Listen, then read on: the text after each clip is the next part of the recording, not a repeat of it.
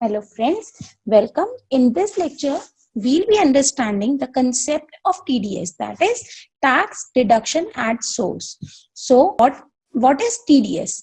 As per Income Tax Act, any company or person making a payment is required to deduct TDS at the source at the time if the payment exceeds certain threshold limit.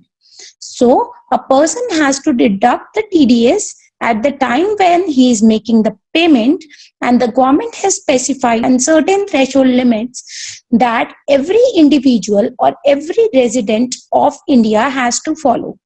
TDS has to be deducted at the rates prescribed by the tax department, income tax department, and the chart of that rate that prescribes the nature of payment that a person is making.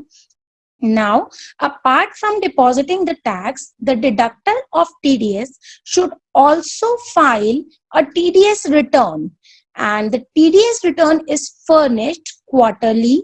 It is presented in the form of statement in Income Tax Department. It is mandatory for deductors to submit TDS return on time.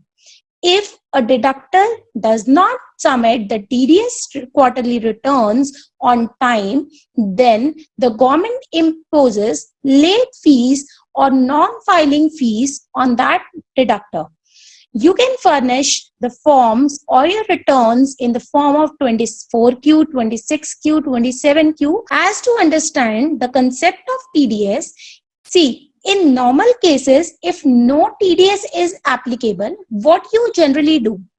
If Max Limited is providing bill consultancy services to ABC Limited of 40,000, then what ABC Limited do? ABC Limited gives the check or cash of 40,000 rupees, including the tax amount, to Max Limited. This is the normal nature of payment and the normal transaction we did. But whenever and wherever the TDS is applicable, then how the transaction is passed and how the government tax is deposited. In this case, ABC Limited has deposited the amount of service with tax amount to Max, and Max will deposit government the tax amount. Now, in the case of TDS, Max Limited has provided bill consultancy services to ABC Limited for rupees 40,000. Now, in the case of TDS, where TDS is applicable, ABC Limited will deduct the amount of TDS from 40,000 rupees, that is 4,000, and pay the balance amount of 36,000 to Max Limited in the form of cash or check.